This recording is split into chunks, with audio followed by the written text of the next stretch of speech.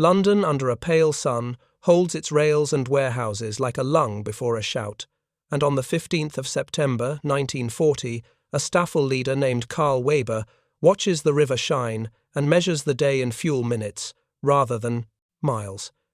The channel is already a clock behind his shoulder, the coast a line he must buy twice outward and home, and every turn of the propeller spends a coin he cannot mint again. The promise of precision steadies his hands, spacing exact throttle on the detent temperature in the green, while the bomber stream climbs toward the haze over the Thames, where freight yards and sidings lie like exposed nerves. Across the water, wooden towers throw invisible ladders into the sky, and women with grease pencils move counters across a map that breathes faster than men can see, and the calm voices below the masts do not rise, even when the plots begin to. The headset carries that calm as if it were a discipline of its own, a library whisper that arranges fighters by time rather than by swagger. And somewhere inland, a controller draws a diagonal, and the air starts to layer. Weber counts the escort window in heartbeats and in the tremor of the stick when propwash bites at close interval. He tells himself the line will hold because he trained it to hold, because craft is a shield when faith is thin. The first contact comes as a sound that does not belong to his world, not engine, not wind, but a stack of clipped acknowledgements stepping down like stairs through cloud. The contrails above Kent grow thick and then cross, and the empty second between calls stretches until it feels engineered to make a pilot doubt his clock. The doctrine that promised safety by geometry meets an enemy arranged by minutes, not meters, and the sky answers his precision, with arrival after arrival, wave after wave, until the question is no longer how well he flies, but how long he can, to afford to stay. Factories, depots, and plotting rooms decide what a pilot can buy with his courage. The morning error looked like an escort geometry problem. The afternoon revealed an industrial one. Germany sent sharp squadrons across the Channel with the faith that perfect flying would protect bombers. Yet the exchange rate was set by who could generate sorties on time and repair losses fast enough to try again. Britain answered with a machine that married coast-watching electronics to rooms full of grease pencils and telephones, turning fuel and pilots into scheduled mass at the exact minute an attacker's window thinned. The debate was never truly about who flew better. It was about who owned time. Chainholme picked up raids at ranges on the order of 1 to 200 kilometers and handed their tracks to a filter room that fused fragments and stripped noise. And that fusion let controllers commit exactly the force needed, while holding a reserve for the next wave. The Luftwaffe's craft met an economy of force arranged by clocks. In the south, these clocks were set inside group and sector stations, where plotters pushed counters and controllers lifted phones without raising their voices, sending pairs and squadrons to heights and headings that met raids when the delilated pressed. Escorts were deepest in their fuel curve. The filter room sat at the apex of this network. It existed to collate multiple radar plots and pass a clean, consolidated picture to operations within seconds. This was industrial hygiene applied to air combat: clean the data, clean the decision, and then spend aircraft where the return on minutes would be highest. Escort doctrine assumed that discipline over the bombers would buy safety long enough to bomb and turn. Range pulled that assumption apart. The Bf 109E could cross-climb, fight for a handful of minutes over southeast England, and then the needle forced an order no pilot wanted to give. Practical endurance left a narrow loiter window commonly measured in tens of minutes rather than hours, which meant that every unscripted chase or altitude correction shaved away the very shield the doctrine promised. A tactic built for proximity collided with a defense built for timing. Numbers tell why the day bent toward the defender. The same network that gave early warning also conserved pilots by avoiding wasteful scrambles. Controllers launched only what a raid required, and stacked additional squadrons as tracks thickened, creating the sensation of endless arrivals for the attacker, while keeping maintenance crews from being overwhelmed. When raids peaked during the late summer, Fighter Command could put up large sortie totals while still holding squadrons for later commits. On heavy days, the exchange might look nearly even in raw sortie count, but the difference lay in when those sorties appeared and how many reached contact. The model showed its logic on signature dates. Control rooms pushed waves that intercepted deep inland, while attacking formations endured heavy losses and a rising delay in repair and crew replacement that blunted follow-on efforts. Production and repair turned courage into persistence. Britain's system treated aircraft as units on a schedule that moved from dispersal to runway to combat and back to quick-turn maintenance. The ability to recover downed pilots inside home territory mattered as much as the airframe. A fighter pilot who bailed out over Britain often returned to duty. A fighter pilot who fell into the sea or into enemy fields was lost to the next day's roster. Availability climbed by recovering the human core of the squadron and pairing those survivors with fresh airframes fed by factories and shadow plants. The turnaround was not just mechanical but administrative, centralized spares, pools, standardized procedures, and sector-level authority to reassign flights on short notice. Germany fielded exquisite squadrons but carried structural handicaps across the water. Fighter range constrained escort geometry. Bomber losses imposed a repair and replacement lag that stretched longer with each week of the campaign. Airfields and depots on the continent had to move parts and trained crews across distance, while British repair lines worked under the umbrella of home defence and shortened logistics. Where the defender could rotate damaged aircraft through local maintenance and return them in days, the attacker often faced longer pipelines and a drain on experienced crew quality as casualties accumulated. Perfection at the tip did not compensate for attrition in the shaft. Civilian innovation became a combat multiplier. Radio discipline and telephone grids linked radar to plotting rooms to sectors, sectors to squadrons. The defender's map was a living schedule, not a picture. That schedule let controllers assign altitude blocks to multiple squadrons and time their merges so that escorts had to fight fresh opponents, just as fuel budgets narrowed. The effect in the air resembled a physical trap, but was in truth a calendar trap. Pilots reported the sense that interceptions never ended. In reality, the system simply made arrivals coincide with the attacker's minimum margin. Mockery travelled the channel as easily as bombers. Some in the attacking force dismissed their opponents as improvised or amateurish flying plain aircraft from grass fields and guided by unromantic towers instead of nose-mounted gun sights. The rejoinder came not in rhetoric but in arithmetic. A network that knows where to send the next squadron transforms gallons of avgas into minutes of pressure at the exact point where pressure buys survival. A mechanic who can refuel and rearm quickly under dispersal trees adds sorties to the afternoon ledger. A controller who keeps a flight on the ground for 10 extra minutes preserves aircraft for the third wave instead of wasting them on the first. This is the divorce between the tactical and the industrial. At the tactical level, close escort with flawless spacing feels virtuous and looks beautiful. At the industrial level, that beauty becomes a liability when it must repeat under conditions it cannot change. The defender's philosophy does not ask for brilliance. It asks for enough good machines flown by enough good pilots arriving on time. The economy of force prefers reliability to elegance. Every decision in the defender's system points toward preserving the ability to fight again in 1 hour, then again at dusk, and then again tomorrow. Fuel and time are the true currencies. The attacker spends both at a premium by crossing water to fight. The defender earns both by fighting over home. Radar stretches time by moving the decision to scramble earlier. Plotting compresses waste by filtering noise. Controllers ration pilots so that the next raid still finds a squadron ready to climb. When those functions are aligned, the result is mass guided by sensors, not by eyes alone. The pilot who believes skill can outrun the clock discovers that clocks once networked can outrun skill. The lesson that emerges is not sentimental. Availability outperforms perfection when the fight becomes a sequence rather than a duel. An air force that repairs, quickly replaces, predictably, and commits precisely will make each attacking raid feel heavier than the last, even if the defender's machines are plain and the pilot's ordinary by Romance standards. The doctrine that prized the immaculate formation and the decisive engagement falters when the engagement is no longer decisive, but one slice of a scheduled day. In that world, courage still matters, but only as a variable inside a larger function whose outputs are minutes, sorties, and survivors. The first minutes look like a lesson film.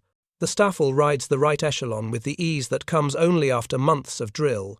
Each BF-109 set a wingtip distance that keeps prop wash predictable, and collision a ghost story rather than a risk.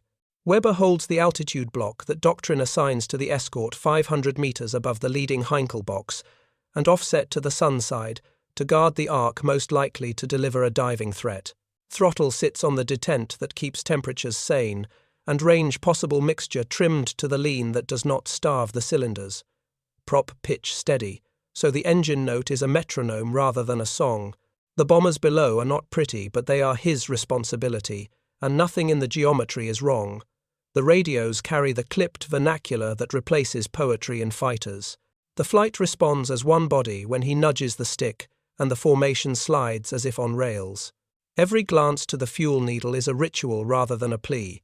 The first interruption arrives as a dot that is not a bird and not stray lint edging out of a haze line where the coast turns inland. He lets the bomber gunners fire first to avoid wasting a minute on a false turn. The pattern remains intact. The nose does not slew. He tells his wingman to hold interval and not to chase. The attackers try a diving pass from high, astern and brake when tracers climb, and the gunners cheer on intercoms he cannot hear. The Staffel does what it came to do. The Heinkel boxes continue their slow climb toward target altitude. The clock moves the same speed as always, and yet feels quicker. The second interruption does not announce itself as a single group. It arrives like weather. Another formation edges into the sunline at a slightly different height. Another shows low, pulling up from a hidden approach over a riverbed. A third becomes a rumour first, and then a certainty when the bomber tail gunner's stream steadies rather than skitters. The calm voice inland has done its arithmetic, and now spends squadrons like coins at a market where time is the only currency that matters.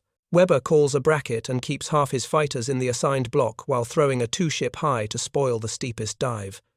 The geometry holds under pressure for one pass, then two, but the rhythm changes. When he returns to the needle, it has moved a line and a half.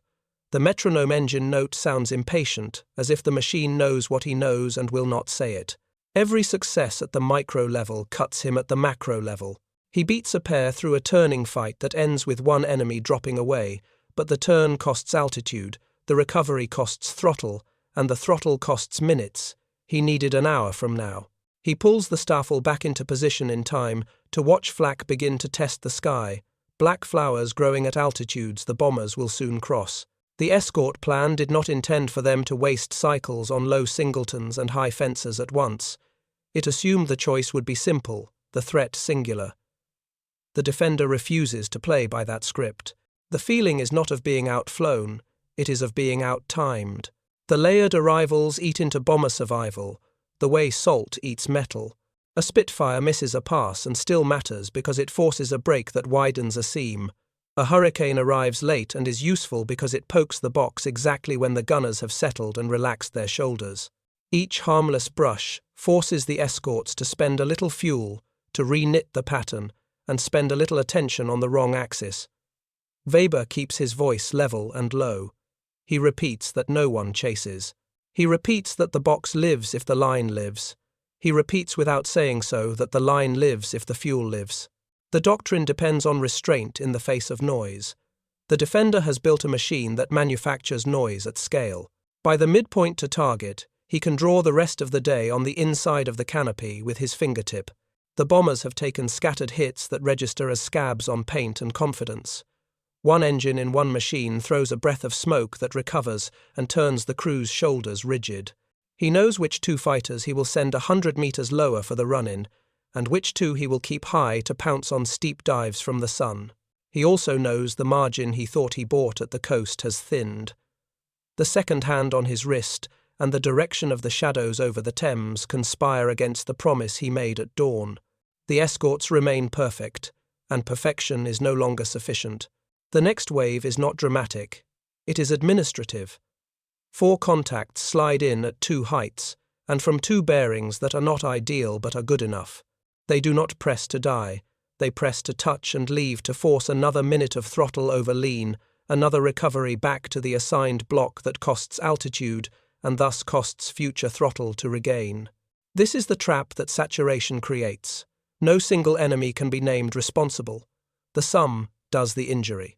The escort window shrinks not by a blow but by abrasion. The bombers, visible in all their vulnerable truth from the escort perch, do not have a say in this arithmetic. Their survival per sortie is no longer a function of Weber's finesse in the merge. It is a function of how many minutes of wall he can keep between raids and the vulnerable skin of the formation, before the fuel compels him to tear that wall down and leave. He makes the first ugly choice when a damaged Dornier falls a little off the near box and signals with a wag. Doctrine tells him to hold the line to protect the many by refusing to follow the one, and he obeys because the alternative would empty the block. The shame is delayed rather than avoided. He watches a pair of enemy fighters test the gap created by that choice, does the math on altitude and distance and the insurance he must keep for the turn home, and understands that the schedule will punish him whether he tries to be a saint or a soldier. To save the broken bomber would cost a 10-minute chase and a 15-minute recovery, and place his Staffel out of position for the next layer. To stay is to watch, and hope the gunners deter. The defender has made him choose between two kinds of waste. Fuel becomes a voice that drowns every other. The needle advances and then advances again after a brief hope that level flight might pause the slide. The engine temperature remains friendly. The sky remains deceptive with its perfect blue. The formation remains nominal by every gauge that measures piloting rather than war. He is doing his job. The job is losing to the clock. He glances at the shadow of his canopy frame against the wing and realizes that the sun's angle has moved further than it should have if his plan were healthy. His breath cycles shorten. He holds them in the merge, releases them in the brake, and returns to shallow measured pulls that conserve what is left of the day. When the contrails thicken above the bombers, he allows himself one thought that is not professional. The system on the ground has decided where he will feel fear. It has not made him a worse pilot. It has made his skill insufficient. A new wave appears off the left, and another probes low, and the sight picture forces a small correction that opens a seam, that forces a second small correction that opens a second seam. He calls a reset that pulls his high pair back into their assigned altitude and lets the low pair trade a little height for speed. He is not reacting to enemies. He is reacting to a schedule written by strangers with rulers and telephones. Near the turn point, the bomber stream steadies as if to pretend the attack is a simple straight line again. It is not. The defender has taught him to distrust straight lines. The climb to bombing height has cost what it always costs. The escort has spent what escorts always spend, and yet the feelings behind those familiar costs are different because of the way the day has been segmented without his consent. The next arrivals will come not because the enemy is brave, but because the enemy is punctual. That is a worse thing to fight. He chooses to keep the formation whole, and to refuse the temptation to pursue the pair that just nicked a tailplane. He tells himself that this is wisdom. He tells himself that this is duty. He does not tell himself that the choice is also surrender to a fact he cannot alter. The fuel remaining for the ride home now lives behind every sentence he speaks, and every additional minute of escort he can buy for the run-in steals a minute from the shelf that keeps men alive over the channel later. The doctrine held that perfect flying could defend a box until bombs fell and course reversed. The day has revealed that perfect flying can defend a box only until the schedule decides the box is no longer defended. The bombs will go down because gravity does not care who owns the clock. Whether the crews who drop them survive the next 15 minutes will depend on minutes, not valor. Weber feels the trap tighten without spectacle. The grips in his gloves grow slick with sweat, and the stick carries a fine tremor that he interprets as airflow and not as heart. He holds the escort block exactly where he was trained to hold it, and in doing so, he watches the margin for the return dwindle to a number that begins to taste like metal in the mouth. The success he owns at the micro level is real. The waste it purchases at the macro level is also real. He keeps flying perfectly, and begins to understand that perfection is precisely what the enemy's calendar needs him to spend. The sky turns into a switchboard and every line lights at once. The first call snaps from the north with the clipped grin of confidence, then another from the west with the same calm, then a third stacked above them, both like a chord played on instruments he cannot see. Tally-ho rides the headset in staggered steps until it becomes not a single order but a weather system, and the edges of each transmission overlap just enough to blur into a sheet of sound. Weber keeps the block and waits for the shape behind the noise to declare itself. The shape is time. The shape is a schedule. His craft slides smooth as a clock hand and meets a wave that has been booked to the minute. A hurricane slashes from high sun and misses with all the beauty of failure, and still it does its job. The bombers below twitch gunners' tense intervals widen a finger's width, and that width is enough to invite the next visitor from a lower tier. A Spitfire peels up from haze, fires a short, disciplined burst and breaks away as if paid by the second. The pass costs little, and buys a correction from Weber's high pair that steals speed from the reserve he keeps for the climb home. The layered hits are not blows, they are tolls. Every toll is paid in fuel and breath and the paper-thin patience of men under glass. The rail lines begin to thread the fields under the right wing like black wire, and the target zone takes on its formal look flak, probing with careful blossoms that rise to meet briefed altitudes. A Dornier two-engine machine near the inside box lags a fraction, and then a fraction more, a dull cough of smoke marking its starboard engine before the crew rides the throttle back to smooth the tremor. The signal comes with a wag of wings that is both regulation and plea. Weber feels the old oath reach for his mouth. The words taste like iron. No bomber under my watch dies alone. He looks once at the needle and once at the sun's angle on the canopy frame, and hears the next stack of vectors land on his frequency with librarian calm. The oath meets the clock.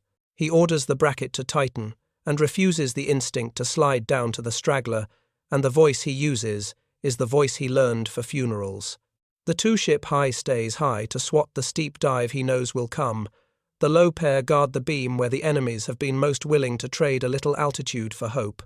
The damaged machine settles one length farther aft, and then another, and the seam it leaves becomes a corridor that good men in plain aircraft know how to test. He does not call for volunteers because he is not sending any. He tells his formation to hold the line and to hold their fuel and to hold their breath for the next arrival he can already hear in the wires of the headset. The calls stack again. The controller voices never break rhythm. They sound like hands moving counters across a map that breathes. He cannot see the hands and he cannot reach the map, and he cannot protect a span of sky larger than the small rectangle his block commands. The shame starts as heat in his neck and fingers that grip too hard inside gloves that were dry this morning. He has never flown better. He has never mattered less. The Dornier drifts a final length off the box and exposes its belly over the rails. Two fighters rise on a tangent from the quarter, like students who know where the teacher will not be looking. The tail gunner opens first and keeps a tight line, the tracers clean, the discipline admirable, and the attackers still find the shot on the second pull, because the second pull is all they wanted. Weber could save the crew by spending the thing he does not own. He could drop chase and herd the wounded machine back into the stream, and he can see the path that would draw in the high pair, and then require a climb that would drink 10 minutes of fuel, as if minutes were water in a summer ditch. The oath turns to glass in his mouth and stays there unspoken. He calls the break-off that doctrine reserves for the instant when an escort window ends.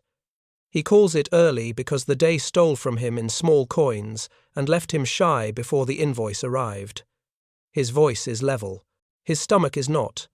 He does not look directly at the crew that needed him because looking would make the order a betrayal rather than a calculation. The staffel rolls as one clean and precise, and begins the shallow curve that points home without declaring panic. The high pair drop just enough to discourage a last steep dive, then rejoin with crisp economy, and the shape of the formation is correct in every way a camera would see and wrong in the way a man feels. The damaged bomber takes its hits over the rails. One engine feathers properly, and the machine holds a wounded dignity while it descends into the industrial geometry of sidings and sheds and signal posts. Flak throws lazy threats into lanes it hopes someone will choose. The attackers make a final pass out of duty rather than hate peel away and leave a smear of smoke for the record. Weber keeps his block in the posture of guardianship for 10 more seconds so that his order will not look like flight, then lets the throttle edge back to a setting that agrees with survival. The headset gives him another stack of tallyhos that belong to other pilots now, and the futility in the sound does not comfort him. He counts the turn in heartbeats and in the small tremor that runs through the stick when slipstream changes over the tail. The channel is a line he must buy again, and he has spent the change that would purchase insurance. The men below will go on alone, and will fight their individual battles with fate. And his old oath is a story he told, as if the sky were a private room and not a public venue booked by a system. He knows that no court will try him for this decision, because fuel is law. The verdict is written on his face anyway, and it reads, "Coward to a heart that has not yet learned the language of schedules." The shame becomes instructive. It teaches him what the defenders already know. It shows him that skill can express itself perfectly and still be irrelevant when the tempo belongs to the other side.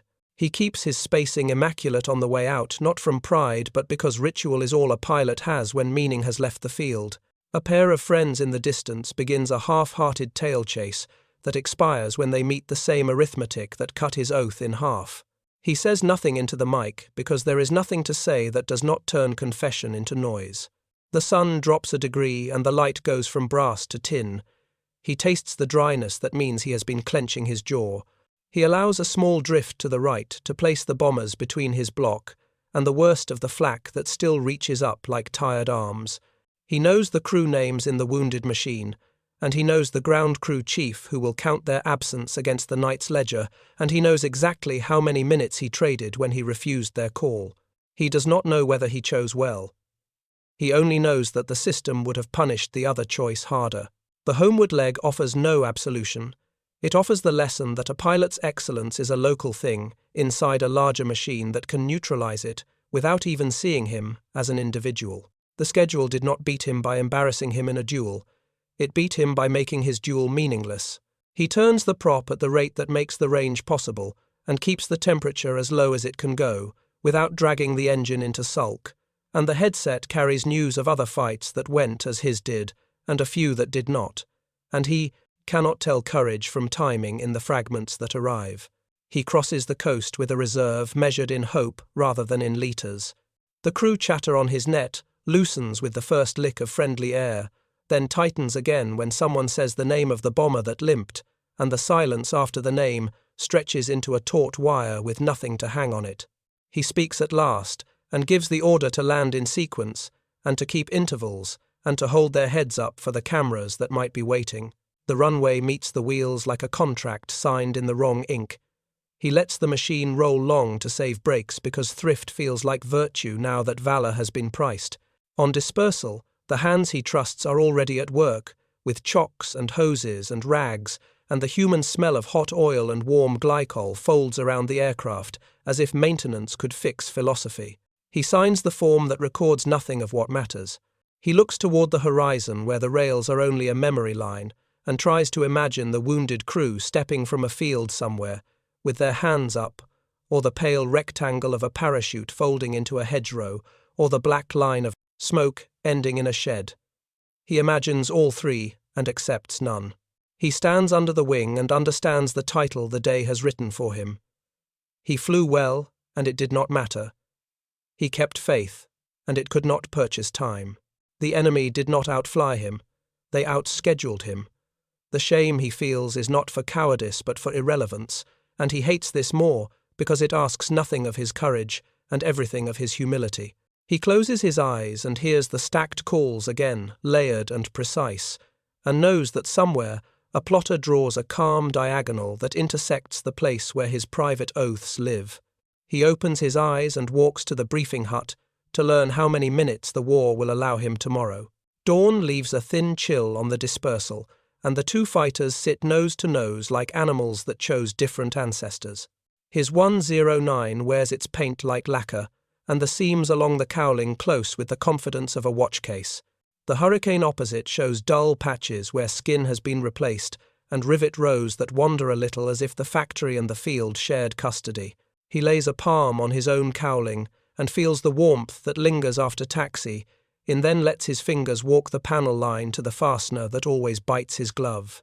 The smell is the same on both aircraft, even when the shapes disagree. Hot glycol with a sweet edge, burnt oil with a bitter one, and the thin metal tang that hangs around tools and men who use them. A crewman on the British side wipes a smear with a rag and leaves a new smear in the act of fixing the old. Perfection and availability face one another in the morning light, and neither blinks. He opens the report folder, because rituals matter, and the pages inside turn the noise of yesterday into neat lines. The first sheet carries claims that read like victory when stacked one on another. The next sheet carries losses that read like gravity. His pencil tracks the columns, even though he has already memorized the totals that will define the day for historians who have not yet been born. On the 15th of September, the attackers lost roughly 56 to 58 aircraft, and the defenders around 29, and the ratio does not care how bravely anyone pulled a trigger. He exhales, and the paper lifts a corner and falls back as if the numbers have weight. He reads the after-action language, and hears himself speaking from the day before the tight phrases that pilots use when the sky has been too loud for too long. He remembers the neat burst that should have broken a tailplane, and instead only shaved paint. He remembers the diving pass that cost more fuel than fear. He remembers the feel of the stick during the break, when a damaged bomber wagged and he ordered the line to hold. Every sentence in the report is true, and yet the truth they add up to is not the one he pledged allegiance to as a younger man. The neat columns record courage as a cost center rather than a solution.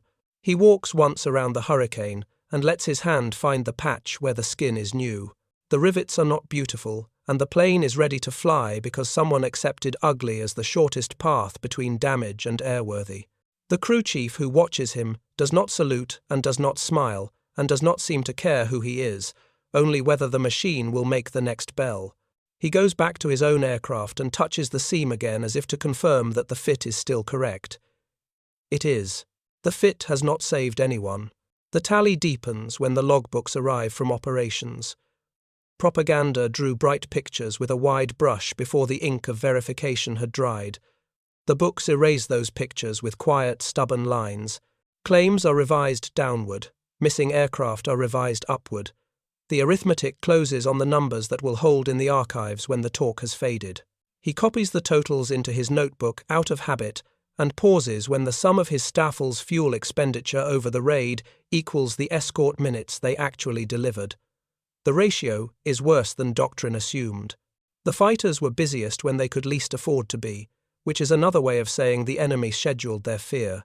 He writes a sentence he does not intend to read aloud. I flew well, and I purchased nothing. The words do not condemn his men. They condemn the premise that immaculate flying can buy more than a small pocket of safety inside a day arranged by someone else's clocks. He adds another line under it. The defenders did not win by courage. They won by making courage repeat. He draws a box around the second line because it feels like theft to leave it loose on the page.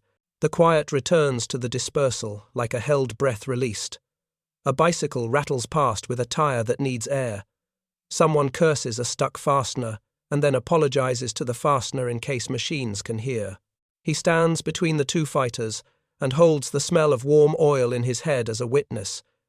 The admission that has been taking shape since the first stacked vector yesterday finally acquires a voice he can stand to hear. Perfection, as he practiced it, wastes itself when it must be performed against a schedule. He thought waste meant missing a shot or choosing the wrong merge. Waste, it turns out, is using the best hands in the world to solve the wrong problem. He totals the bomber survival per sortie for the day and watches the number sag in the middle waves where the escorts had the least to spend. He sketches a little graph on the back of a form, and the curve tells the same story as the smell of the patched wing. The worst point on the curve aligns with the moment he called the break-off that kept his men alive and left a wounded crew to be hunted over rails. He wants the graph to absolve him or indict him, and it does neither. It only proves that minutes are the currency and that the defenders knew how to mint them. He thinks of the men whose names he signed onto the morning board, and how many of those names will land again today, regardless of victory, because the fight is short and the field is near and the rescue boats are under friendly colours. He thinks of the pilots whose names sat on a board across the water, and how many of those names will never be written again because the sea and the island do not forgive strangers.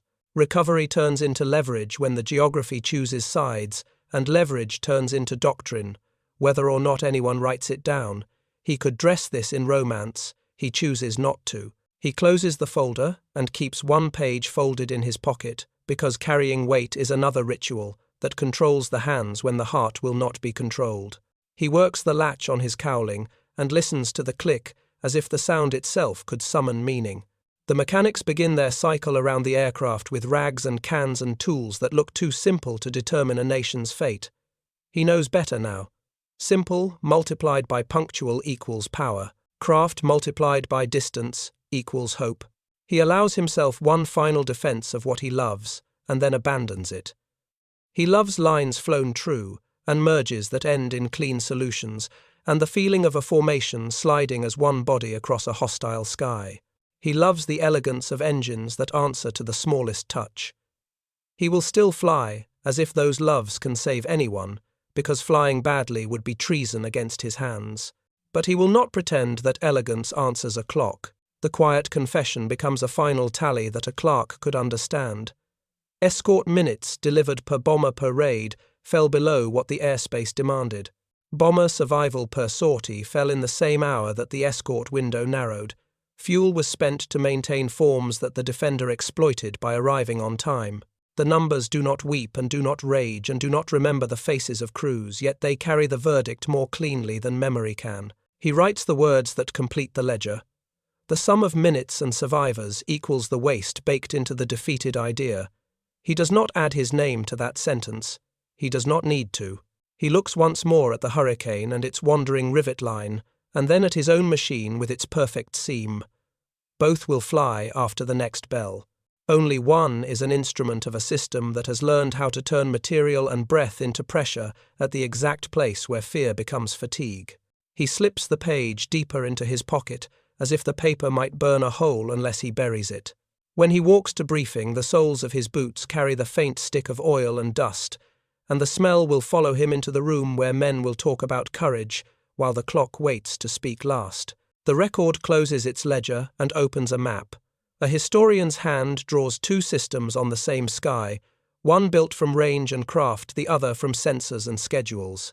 Germany flew excellence across water and paid a surcharge in distance repair time and recovery of crews who fell on the wrong side of the line.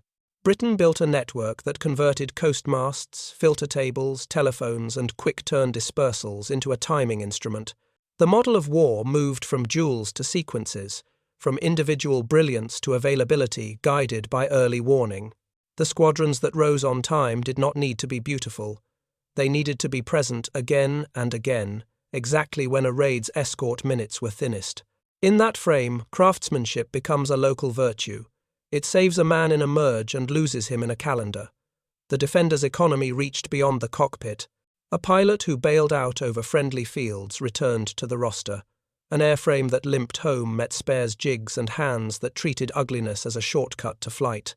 The attacker's excellence thinned as wrecks and captures, turned experience into memory and maintenance pipelines, lengthened under the weight of distance.